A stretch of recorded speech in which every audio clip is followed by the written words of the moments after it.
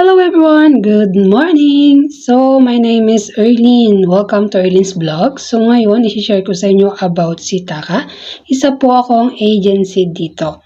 So, paano nga ba mag-invite kay Taka? So, eto kung nakikita nyo ang aking dashboard. Ayan, click lang natin ang invite. Tapos, ito yung ating makikita.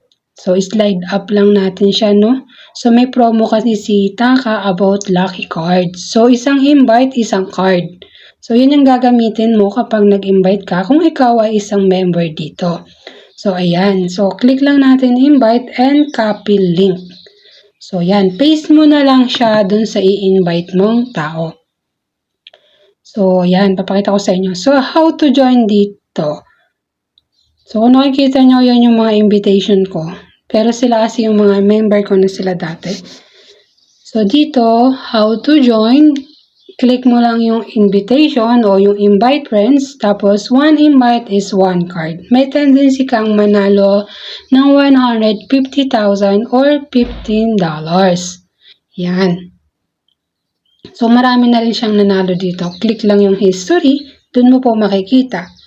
So, mayroon pang isang way para kumita dito kay Taka kung isang kang agency. Dito tayo sa task earning. So, ayan guys. So, slide up lang natin. Collect muna natin to. Ayan. Then, slide up. And may lucky card, invite agency reward, invite host reward, at invite friends. So, medyo nakakalito kasi madaming invite. So, ito yung invite host. So, dito, 46K o 46,000 per one creator. Pero dito ay may unlock. So, by level ang pagkuha ng komisyon. So, kung nakikita nyo ay level 12 na po ako. Ayan. So, bubunuin ko po ang 60 million para makuha ko yung 500,000 added. So, ayan. So, yan, pinapakita ko lang sa inyo yung mga policy ni Taka about sa invitations, about sa creator. So, valid naman po lahat pati mail. Kaso wala siyang task kapag mail user need nilang mag-upgrade ng malaki. So, ito yung mga top o rank sa pag-invite. Ayan. And next, punta tayo ngayon sa aking dashboard again. So, meron dyan bunch, family. Sa family naman guys, no, may ranking din siya para makakuha ka ng mga beans or mga coins. So, ako kasi konti lang yan. So, balik tayo sa agency rank or agency level upgrade.